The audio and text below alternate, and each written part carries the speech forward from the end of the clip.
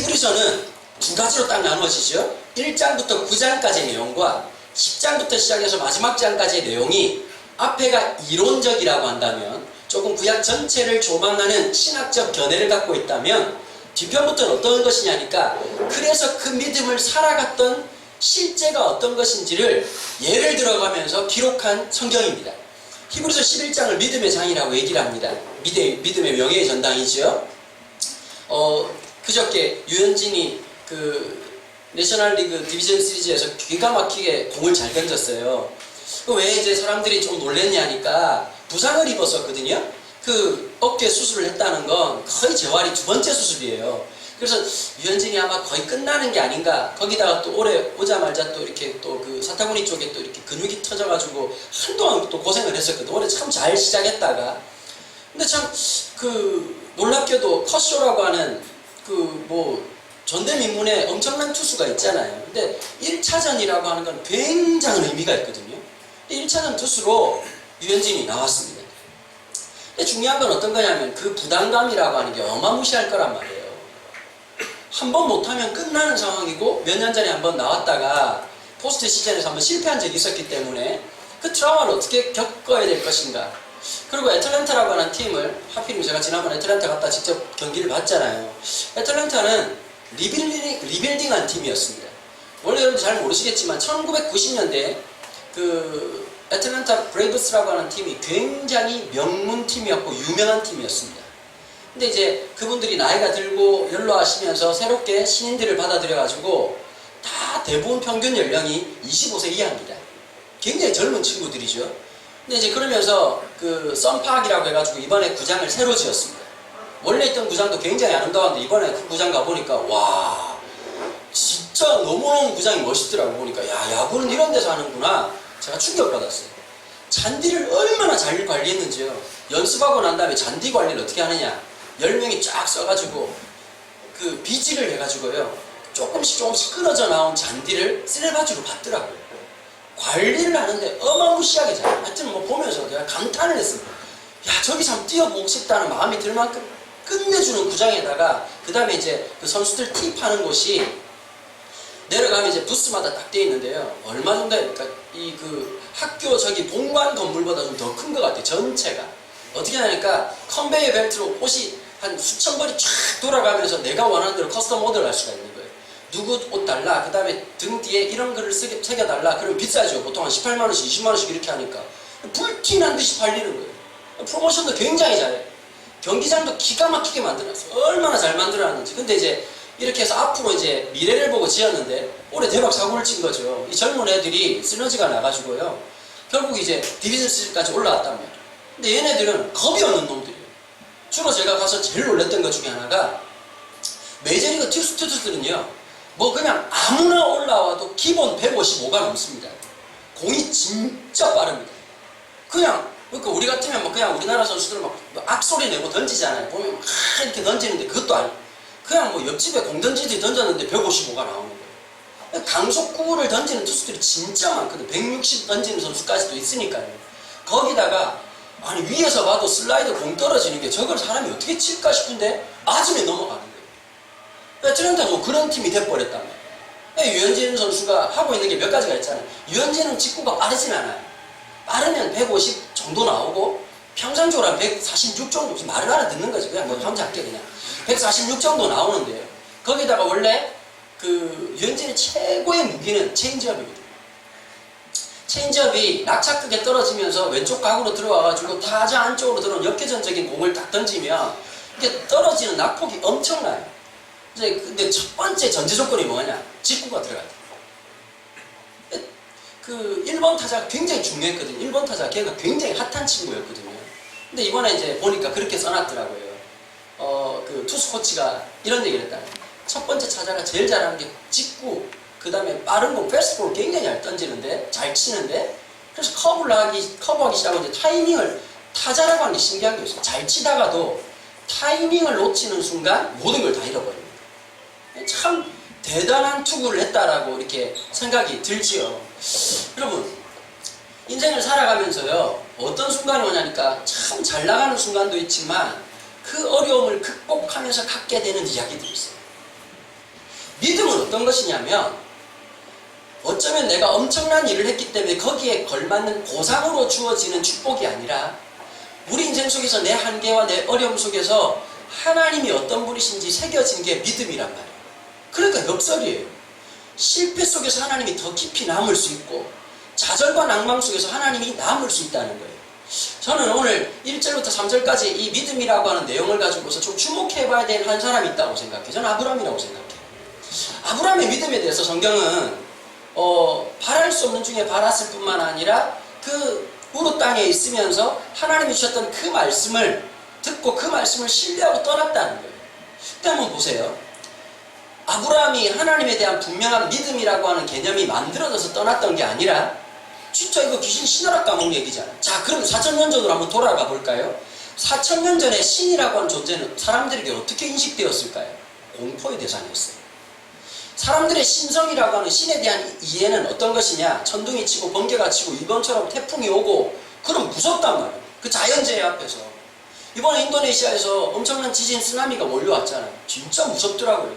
쓰나미가 무서운 데다가 산쪽에서는 어떤 일이 있냐니까 액화 현상이 막 일어나가지고 진흙이 그 쓰나미처럼 몰려와가지고 한 마을 전체가 다 덮어버렸어요. 그 다음에 보니까 지진이 얼마나 세게 났는지 마을 전체가 10m를 치솟아 올랐다가 땅으로 사라져버렸어요. 그 도대체 몇 명이 죽었는지 얼마나 죽었는지 여러분 만약에 우리가 봐도 놀라잖아. 일본 쓰나미 왔던 거 우리 영상 보니까 무섭듯이요. 그걸 만약에 내가 직접 있었다고 생각해 보세요. 거기서 우리가 이렇게 말할 수 있을까요? 신이 어딨어? 그 다음 우리는 과학으로 승리할 수 있는 거야. 일본이 그렇게 많은 발달을 가지고 있고 지금 과학 문명이 발달하고 있는데도 불구하고 지금도 예측하지 못하는 수많은 일들 속에서 놓여져 있는데 4000년 전에 과학적인 것이 아무것도 발전되지 않았을 때 신에 대해서는 어떤 생각이냐? 1차원적으로는 두려움만 갖고 있단 말이에요. 자, 우리나라에서는 신이란 얘기를 하지 않고 무슨 말을 하죠? 토속 종교에서는 귀신이란 말을 써요. 그런데 귀신이 무섭게 느껴졌을까요? 아니면 친근하게 느껴졌을까요? 일단 인간을 해하는 존재라고 생각을 해요. 그래서 어떻게 하느냐? 잘 들어보세요. 그 동네마다 정승이 있어. 정승 모양이 다 달라. 근데 가가지고 어떻게 하냐니까 우리 동네에 있던 신이 있어. 뭐 할아버지 신이든 귀신, 뭐 처녀 귀신이든 있어. 가가지고 달래는 거야. 자꾸 그러지 마시라고 이렇게 우리가 자주 찾아오고 이렇게 그 음식도 각각 다 여기 작게 만들어 줄 테니까 단침을 만들어 놓고 마냥 금줄을 쳐요. 금줄이 뭐냐면 금으로 된 줄이 아니라 새끼를 꼬아가지고 줄을 쳐요. 그러면서 어떻게 하니까 여기 계세요. 여기가 당신 나와버리니까 자꾸 기어 나오지 말고 여기 있으면 우리가 자주 찾아올게요 하고 가둬놓는 거예요. 이게 우리나라의 문화라면 그리스로 가면 어떻게 될까요? 판테온이 있어요. 금줄의 역할을 뭐가 하느냐? 판테온 신전에 가면 기둥이 그 역할을 합니다. 근데 좀 다른 게 하나 있어요. 그리스 신화에 보면 신이 남자도 있고 여자도 있어요. 그치요? 그러니까 캐릭터가 분명하니까 남성신을 위해서는 여자 사제가 필요한 거고 여성신을 위해서는 남성 사제가 필요해요. 그럼 우리나라 귀신은 어떠냐면 지 마음대로 해요. 그래서 무당들이 어떤 역할을 하냐니까 남자가 여자 역할을 할 때가 있고 여자 무당이 남자인 척 해야 될 때가 있어요. 우리는 멀티 이렇게 펑처를 해야 돼요. 하여튼 하여튼 이 캐릭터가 두 가지요. 그래서 보면 박수 무당 중에서도 여자처럼 화장하고 여자 목소리 내는 무당이 있어요. 이쪽은 너무 모르시나 하여튼 이쪽도. 그리고 또 어떤 게 있냐니까 여성인데 불구하고 남자 장군처럼 옷을 입고 신을 대될 때가 있단 말이에요. 그게 어쨌든 이런데 결론적으로 말하면 신에 대한 무서움이에요. 두려움이에요. 자, 그런데 아브라함이 우르에서 하나님이 말씀하셨을 때 대부분 목사님은 어떻게 했냐니까 친척 본토아비 집을 떠나서 내가 지시한 땅으로 가라 라고 말했을 때 그거 막 갑자기 영화로 찍자면 갑자기 환한 빛이 이렇게 하고 있으면서 내 본토 친척 아비 집을 떠나라 이렇게 할 것 같죠. 이거는 내가 볼 때 그 무식의 끝이 아닌가. 아브라함이 하나님의 음성을 들었을 때 첫 번째 느꼈던 감정은 뭘까요? 엄청난 두려움이에요. 신이 말을 했는데 그 어마무시한 신이 그 두려움이 나를 이끌었단 말이에요. 두려움이 이끌면서 가는데 하나님이 이런 거예요. 내가 하나님이니까 넌 이렇게 시킨 대로 하는 거야. 대부분 신앙을 이렇게 가르치거든요. 사실 이게 제일 쉬워요. 연세 땡땡 교회나 뭐 이런 교회 가면은 어떤 분이 긴 마이크 잡고 하나님의 순종할 때 이러면 다 아멘 한다. 여기서는 전부 다 이상하게 쳐다보고 있지만 나도 거기다 설교 한번 해보고 싶네. 사람들이 이렇게 생각하는 거예요. 사람들은 완벽한 믿음이 있으면 그 문제도 넘어갈 것이고 어려움도 넘어갈 것이고 승리할 거라고 생각한단 말이에요. 그런데 아브라함의 인생을 냉정하게 생각해 보세요. 아브라함을 본받자라고 하기에는 이분이 문제가 너무 많아.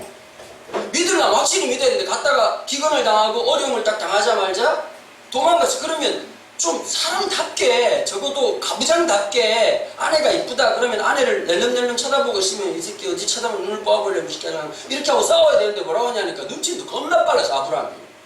그러면 뭐랄까, 이쁘죠? 나도 그렇게 생각한다. 내 사촌 나 동생이라고. 자기가 그렇게 얘기를 하는 거예요. 그러니까 믿음의 사람이라고 말하기엔 너무나도 인간적인 모습이다. 기근이 오고 어려움이 오면 믿음 좋은 사람 같으면 하나님 길을 주실 줄 믿습니다. 기근이 있지만 오늘도 살겠지요. 그래서 하나님이 뭐 감동이 쟤 뭐니? 믿음이 개쩐다. 이렇게 하고 감동을 하셔야 되는데 아브라함이 비가 내리자마자 여긴 아닌 것 같다고 갔단 말이에요. 여러분 고대 신과는 뭐냐면 지역신의 개념이에요. 아브라함이 쉽게 말하면 당했다고 느낀 거예요. 우르를 떠나가지고 그 아름다웠던 땅 우르를 떠나가지고 진짜 불모지 같은데 사람을 처박아놓고 비를 안 내리시니까 죽을 뻔하고 있는데 도망을 가면서 지역을 떠났다라고 하는 개념은 하나님을 떠났다는 개념이에요. 자, 여기서 왜 이런 말씀을 드릴 수 있냐면 요나서에 보면 요나가 여호와의 낯을 피하여 니느웨가 아니라 다시스로 갔단 말이에요. 여기서 우리 질문 하나 던져볼게요. 이 바보 같은 놈 거기 피한다고 하나님이 안 계실까요? 다시스에는 이게 고대 신관적 개념이 요나에게 있었던 거란 말이에요. 나오발이에요. 요 지역의 하나님, 이스라엘의 하나님, 바벨론의 누구 이런 신으로 생각하고 있었는데 그래서 하나님의 낯을 피해가지고 도망을 했단 말이에요. 제가 지난번에 말씀드렸죠. 공해상에서 바다 한가운데서 선장이 각자의 신을 찾으라고 한 건 뭘까요? 이 바다를 다스리고 있는 신이 누군지 몰라. 그래가지고 일단 얻어 걸려야 될 거 아니에요. 막 부르짖다가 부처님인지 뭔지 몰라. 남녀 오랑캐인지 몰라. 막 부르짖다가 갑자기 접신이다. 와이파이를 잡았습니다. 이렇게 하면서 그분하고 딜을 내야 될 거 아니에요. 심정이를 집어넣든 아니면 뭐 돈으로 딜을 하든 여자를 원하십니까? 남자를 원하십니까? 둘 다 원하십니까? 이렇게 하고 해야 그걸 넘어간다고 생각했단 말이에요. 자, 그런데 제비를 뽑으니까 누가 걸렸어요? 요나가 걸렸어. 그 사람들이 성질나니까 뭐라고? 너 정체를 밝혀라 했더니 나는 하늘의 하나님, 천지를 창조하신 여호와 하나님을 믿는 사람이다. 근데 사실은 내가 하나님 낯을 피해서 이제 그러면서 이 모든 사건이 이 공해가 온 땅이 누가 다스린다는 사실을 깨달았을까요? 하나님이 다스린다는 사실을 깨달았다. 땅을 떠났다, 지역을 떠났다라고 하는 개념은 고대 이 신화적 개념에서는 뭐냐? 그 신을 떠났다는 얘기예요. 그러면 가나안의 하나님을 버리고 어디로 갔다는 뜻이지요? 이집트의 신을 쫓아서 갔다는 뜻이라고. 번영의 신을 쫓아서 나일강에 범람을 통해 가지고 풍족한 비옥한 옥토를 만들고 물 걱정 없이 사장 걱정 없이 살아갈 수 있는 그 땅으로 왔는데 거기에서도 엄청난 일을 당하고 고난당하면서 다시 돌아가는 이야기. 그러면서 하나님이 점점 아브라함과의 관계 속에서 마지막에 그 관계를 뭐라고 규정했냐니까 아브라함을 향해서 이렇게 말했어요. 창세기의 놀라운 표현이에요. 나는 너의 친구다 이렇게 얘기하셨어요. 고대 신관에서는 있을 수가 없는 거예요. 하나님이 나의 친구라는 거예요. 자, 친구라고 하는 것은 굉장히 인격적이죠. 친구라고 하는 관계는 여러분들 중에 완전한 친구가 있어요? 그건 비서지요. 친구는 그렇지 않아요. 저도 제 친구 중에서도 잘 맞는 사람이 있는 반면 아내가 봐도 이런 거예요. 당신 왜 그 사람 자꾸 만나? 라는 친구가 있다면 안 맞아. 정말 짜증나게 안 맞아. 근데 참 신기한 게 뭔지 아세요? 친구라는 것으로 그걸 넘어간다면 기질적으로 안 맞고 생각이 안 맞고 성향이 안 맞는데도 불구하고 친구됨이라고 하는 게 그걸 넘어가게 하는 위대한 이야기입니다. 예수님이 요한복음에서 선생으로 존재하지 않았어요. 예수님께서는 내가 너의 선생이지만 내가 너의 어쩌면 구원자이지만 뭐가 되길 원하시냐. 요한복음에 또 한 번 그게 반복돼요. 난 너의 친구다. 여러분 신앙은 친구됨이에요. 하나님 그 친구됨의 관계 속에서 보면 어떤 게 있냐. 오랜 세월 친구로 지나다 보면 그냥 좋은 일만 있지 않아요. 갈등이 있어요. 어려움이 있어요. 오해가 있어요. 그걸 뛰어넘으면서 뭘 인식하느냐. 아, 쟤는 왜 저럴까라고 하는 순간이 세월의 친구됨을 거치고 나면 어떻게 되냐니까 그 아이의 그런 모습을 받아내게 된다. 하나님 이런 거예요. 야 아브람, 너 이 자식 기껏 해가지고 지금 가나안 땅까지 보내놨더니 비 좀 안 내린다고 지금 날 등 까고 가? 하나님 어떻게 하시느냐? 하나님 스스로 설명하시는 거예요. 나는 될 놈의 하나님이다. 그랬으면 우린 다 끝났어. 저부터 탈락이요.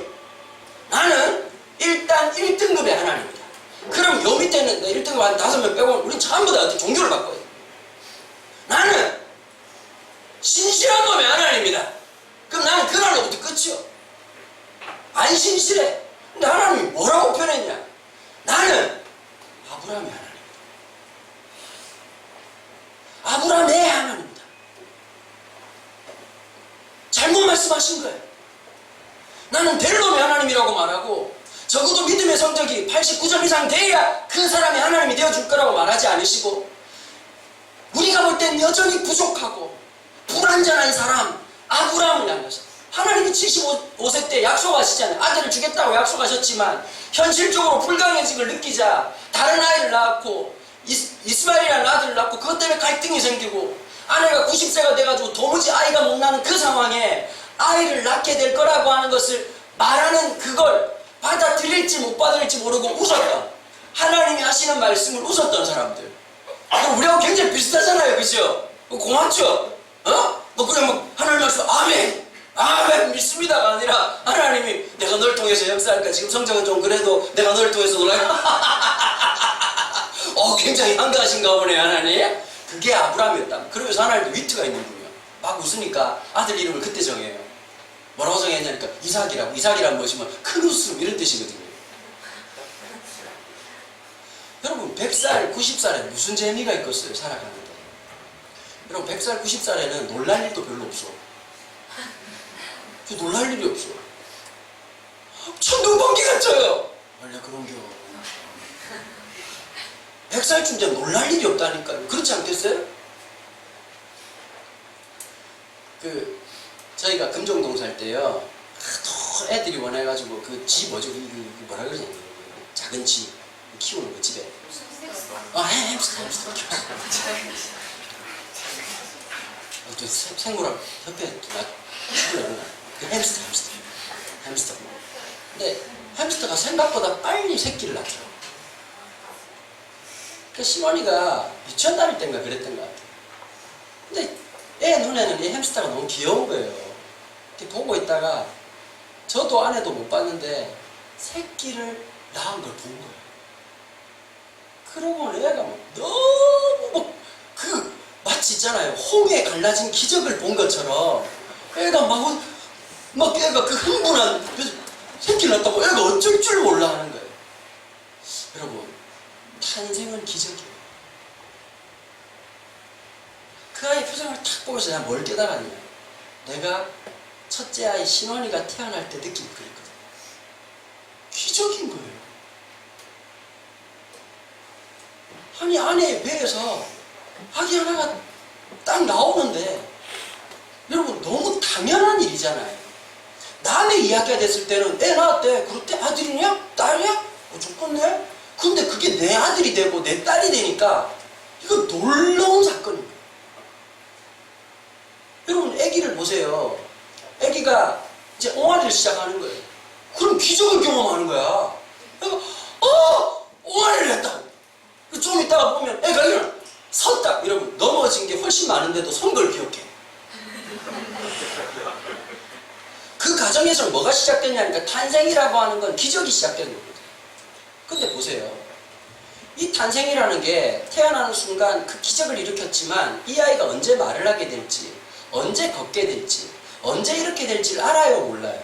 몰라요. 신앙은 이런 거예요. 여러분 안에 탄생되어진 그 놀라운 이야기. 여러분 이 할아버지 할머니가 그 무미건조하게 살아가고 있는데 애가 태어났다는 것도 얼마나 엄청난 일이지만 이게 하나님의 신실한 약속을 통해서 태어났단 말이에요. 아브라함이 단 한 번도 경험해보지 못한, 사례가 한 번도 경험하지 못한 그 아이가 탄생하자마자 이 집에 웃음이 그치지가 않는 거예요. 할아버지 할머니가 100살이 돼가지고 아이고 내 새끼 똥을 샀어요. 얼마나 둘이서 깔깔깔깔 웃어댈 거예요. 살이 들어오는 거예요. 내가 이 나이에 애 기저귀 갈 줄 몰랐네요. 그리고 얼마나 웃어댔겠어요. 아브라함의 그 연약한 신앙생활 속에서도 어떻게 하냐니까, 아브라함이 믿음을 지켰더니 하늘의 하나님이 감동하셔가지고 야, 넌 됐다? 이 얘기가 아니란 말이에요. 하나님이 아브라함을 선택하시고 아브라함의 하나님이 되셔서 어쩌면 연약한 존재였고 완전하지 못했던 그 존재를 하나님이 끝까지 사랑하셔서 버리지 않았던 거예요. 이삭 캐릭터가 불분명해. 잘한 게 없어. 이삭을 본받자 뭘 본받아야 될지 모르겠어. 야곱 대박 사기꾼이야. 아버지한테 구라치고 형한테 구라치고 사랑도 열정도 다 빼앗은 놈이야. 20년 동안 아마 얼굴 모양이 이 삭처럼 이렇게 막 엉망진창이 되어 있던, 찌들 대로 찌들고 담배에 찌들고 돈에 찌들고 사람에 찌들었던 그 인생 속에서 다시 한번 더 20년 만에 하나님이 야곱의 하나님으로 등장하셔가지고 그 인생 속에서 개입하시는 거예요. 여러분 생각해보세요. 아브라함이 계속 신실했다 그러면 여러분들이 지금까지 들어왔던 수많은 설교는 맞아요. 우리도 신실하자 이 말이 맞아요. 여러분 아브라함 인생 전체를 보세요. 신실했나요? 이삭이 신실했나요? 야곱이 신실했나요? 전혀 아니란 말. 냉정하게 말해볼까요? 우리 신실한가요? 내가 도대체 믿음이 있는 인간인지 없는 인간인지 가끔씩 나도 헷갈릴 때가 있어. 설교하는 목사지만 가정 안에 들어가고 내 삶의 현실 속에서 수많은 문제 속에서 있다 보면 어떠냐, 내 믿음이라고 하는 게 찾아볼래도 숨은 그림 찾기보다 더 힘들어. 한 3만 피스 있는 그 퍼즐에 한 조각 있는 것 같아. 못 찾아. 그게 나예요. 그게 우리예요. 그런데 하나님 어떻게 하시느냐, 그 믿음이라고 하는 것을 어떻게 신실하게 아브라함의 친구 되심으로써 하나님을 알아가기 시작합니다. 점점 아브라함의 신앙이 어떻게 됐을까요? 업그레이드 되기 시작하는 거예요. 하나님의 어떠하심을 알아가는 순간. 여러분 그래서 이런 게 있어요. 구원받을 신앙이 있어서 구원을 딱 받고 난 다음에 끝나는 게 아니에요. 우리의 신앙은 하나님을 알아가면 알아갈수록 그분의 친구 되는 그 신실함 때문에 커질 수밖에 없고 깊어질 수밖에 없는 거예요. 놀라운 것은 내가 좌절할 그때에도 하나님의 신실하심이 남아있단 말이에요. 지나보면 그 사건이 너무 커 보이지만 그 사건의 흔적이 지나가고 나면 남게 되는 것은 그 실수와 좌절감의 인생의 한계 속에 남기신 하나님의 신실하심이 남게 된단 말이에요. 그래서 우리에게 소망이 있어요. 딴 게 소망이 아니라 우리의 친구 되신 주님이 계시기 때문에 우리는 여전히 불완전하고 우리는 여전히 연약하지만 하나님의 그 신실하심이 우리를 붙들고 있다는 거예요. 자, 여기서 착각하면 안 되는 게 있어요. 그럼 내 마음대로 살면 되겠네? 어차피 친구 될 거니까. 그 나쁜 놈이에요, 그건. 맞아, 안 맞아? 인격이라고 하는 건 뭐냐면 이런 거예요. 좋은 친구가 있어요. 참 신기한 게 있어요. 좋은 친구하고 같이 있다 보면 그 사람이 영향을 받아요. 영향을 받아요. 우리 집에 지금 17년째 같이 친구로 살고 있는 사람이 하나 있거든요. 결혼할 때 커피 안 마셨어요. 커피 안 좋아했어요. 요즘 아침마다 커피를 드시거든요. 물론 내가 개고생해야 되지만 커피를 내려요. 영향을 받아요. 저도 깜짝 놀라요. 제 아내가 그렇게 말 안 했는데 나랑 똑같이 말하고 있는 내 모습을 보면서 당신은 그렇게 말하면 안 되지? 17년 동안 영향받은 거죠. 그럼 저는 아니냐? 조금 영향을 받았어.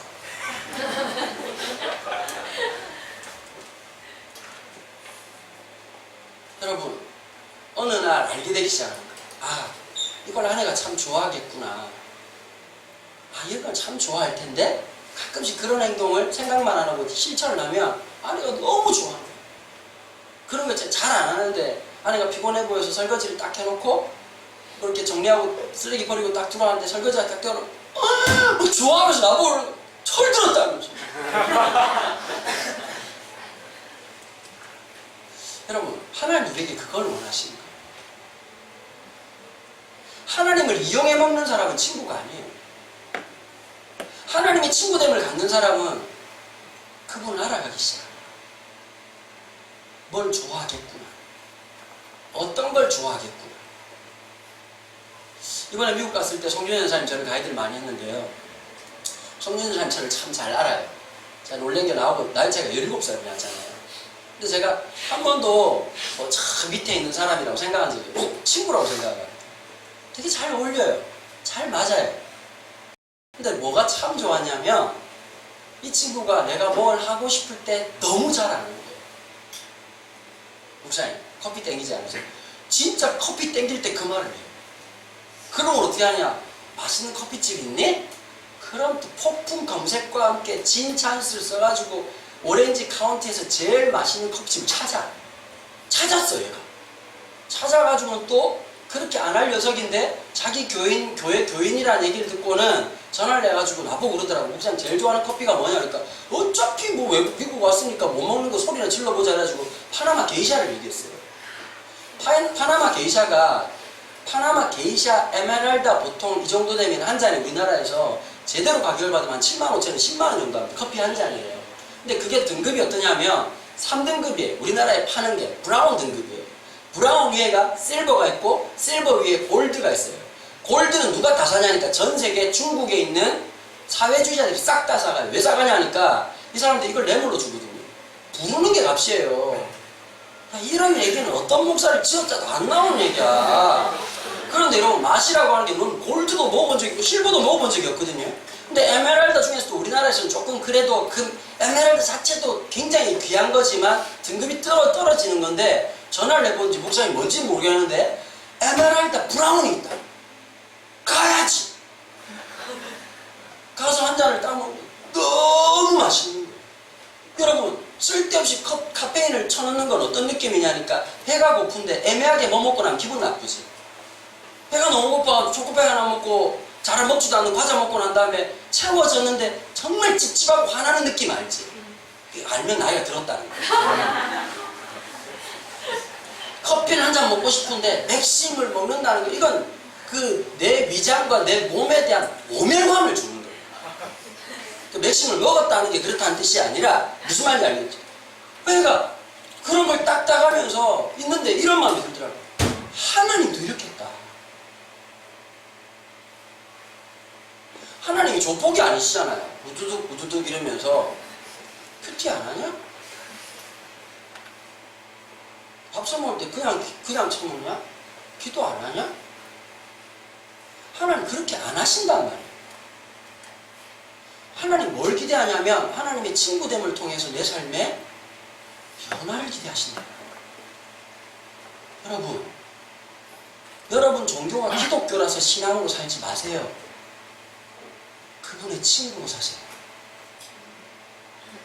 그분의 친구됨으로 살아가는 것을 뭐라고 말하느냐? 그 삶의 양태를 믿음이라고 얘기하는 거예요. 어떤 복잡한 단어가 아니에요. 하나님 그분이 나의 친구가 되시고 내가 그분의 친구됨으로 살아가는 일상의 형태를 믿음이라고 얘기하는 거예요. 그렇기 때문에 믿음은 판타지가 아니에요. 믿음은 마치 엄청난 일이 일어나는 어떤 해프닝이 아니에요. 일상인 거죠. 우리가 밥을 먹고 내 한계점을 만나고 좌절을 하고 낙담을 하지만 그 속에 함께하고 있는 친구라고 하는 일상. 그래서 모든 사람들의 한 사람 한 사람의 삶을 그 사람들은 그 일상을 살아냈다라고 하는 히브리어적인 표현이 뭐냐? 믿음으로 이렇게 기록하고 있는 거죠. 여러분 우리의 삶에 그 믿음은 여전히 유효합니다.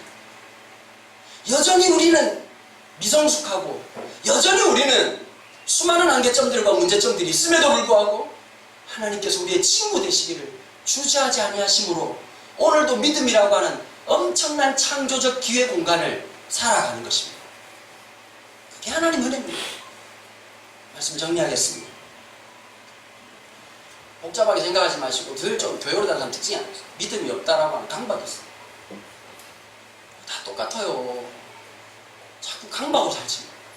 그러니까 막 이런 거 있잖아. 기도해야 되는데, 말씀을 봐야 되는데, 그 느낌 좀 숙제하는 느낌 아니에요? 이거 똑같잖아. 살 빼야 되는데, 이거 다를 게 하나도 없다고. 공부해야 되는데, 이거 다를 게 하나도 없는 거예요. 신앙을 자꾸 숙제처럼 생각하는 거예요. 미뤄놓은 어떤 일. 여러분 일주일에 몇 번 만나야 그 사람하고 친구가 될까요? 아니에요. 10년 만에 만나도 어제 계속 만났던 것처럼 만날 수 있는 게 친구예요. 제가 왜 이렇게 말할 수 있는지 아세요? 야곱이 하나님을 떠난 게 20년이에요. 20년 만에 하나님이 왔는데 이 느낌이 뭐지? 이 친숙한 느낌? 나는 하나님을 떠났는데 야곱에게 나타났던 그 하나님은 20년 전이라고 하는 시간과 공간의 그 엄청난 그 괴리감을 뛰어넘으시고 20년 만에 야곱에게 나타났는데도 불구하고 이 형언할 수 없는 친밀감을 제할 수가 없는 거예요. 무슨 뜻일까요 이게? 야곱은 하나님을 떠났을지 모르지만 하나님은 단 한 번도 야곱의 하나님 되시기를 포기하신 적이 없었다는 뜻이에요. 그게 하나님 은혜예요. 우리가 여전히 어떤 삶을 살고 있던 기억을 가시고 있어요.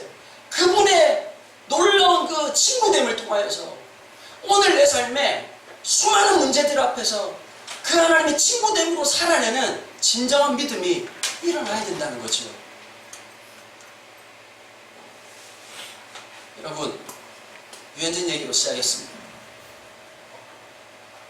유현진은 그 한계를 넘음으로써 그 시간을 살아냈던 겁니다.